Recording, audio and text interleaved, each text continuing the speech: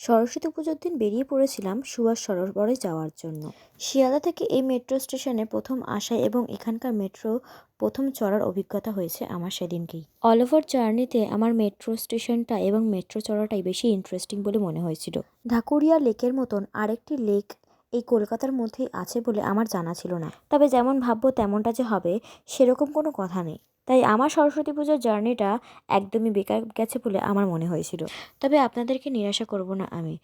আপনারা যারা যারা ঢাকুরিয়া লেকে গিয়েছেন তারা ঠিক ঢাকুরিয়া লেকের মতনই আরেকটি লেকের মধ্যে যেতে পারেন, যেটার নাম হচ্ছে সুভাষ সরোবর। এই সরোবরের মধ্যে আপনারা মনোরম দৃশ্য দেখতে পারবেন অবশ্যই, তবে রবীন্দ্র সরোবরের মতন এত জনপ্রিয়তা এইখানকার নেই।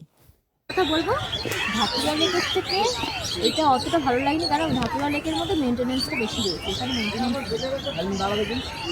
তবে শেষে এইটুকু বলতে পারি, রবীন্দ্র সরোবরের মধ্যে যে আবেগ জড়িয়ে রয়েছে তা সুভাষ সরোবর কখনোই নিতে পারবে না।